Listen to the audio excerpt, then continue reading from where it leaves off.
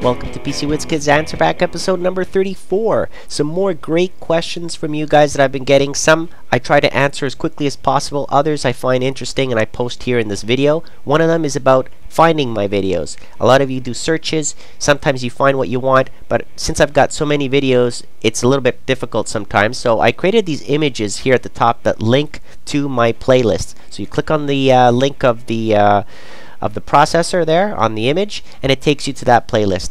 Click on the memory module, it takes you to a playlist about memory, and so forth. There's the graphic card reviews, and I've got one for storage devices, and another one for motherboards, and so on. So you should be able to find easily, without having to use the YouTube search, what you want using my playlists. Okay, so if many of you before you go ahead and start asking me questions or sending me private messages, take a look inside of these playlists, see if what you want is there.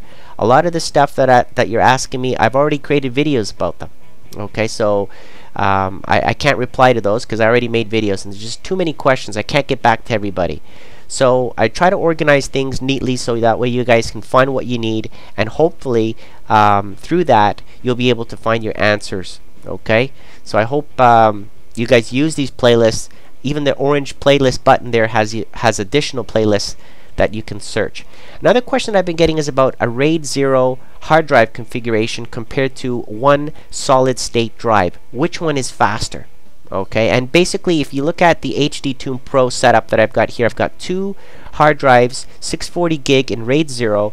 Those are the transfer rates, the access time, and the burst rate. You can see how fast that setup is, and if I compare that setup now with one Intel 80 gig SSD drive, hands down this SSD drive beats that RAID 0 configuration. Okay, so there's no doubt about it that one SSD drive will be faster than a RAID 0 configuration of your standard SATA hard drives.